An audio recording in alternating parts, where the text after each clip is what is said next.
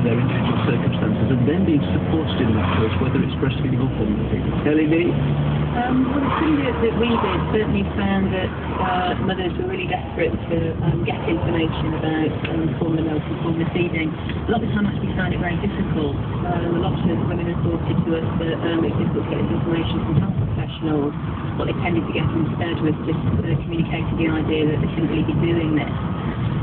When it comes to the advertising issue, I mean, if there's a sort of genuine concern here about the messages that companies are putting out, what I'd argue for, I think, is that what there should be is better and clearer advertising. I think that arguing for a ban, and certainly the comparison that's being made now between formula milk and cigarettes, so we don't advertise cigarettes, we shouldn't advertise formula milk. Basically, the only message that mothers could take from this is that formula milk is a terrible, awful, really, really bad thing. There's no way you should be giving this to your baby, and if you do, you're a bad mother. And I think, from our survey, that's what mothers at the moment who formula feed a lot of the time think anyway. But isn't there lots of negativity associated with it? So that would be my worry about this approach. Right, but isn't there a good reason for the charities to be at least creating that sense among mums, because they want them to get a very clear message that breast is best?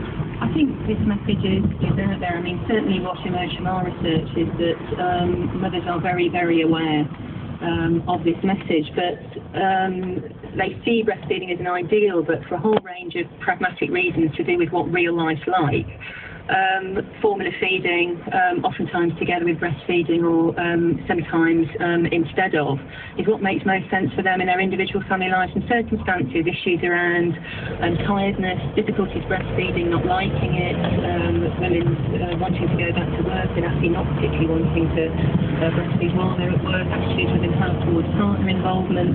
So it's very strongly what emerged from our research is that looking after babies is oftentimes quite a pragmatic sort of experience. Women respond to everyday life. At the same time, in our sample, it was more than a third of women reported very negative feelings associated with formula feeding, and I think that's not a good thing. And I think that these charities that are doing all this breastfeeding promotion really need to recognise that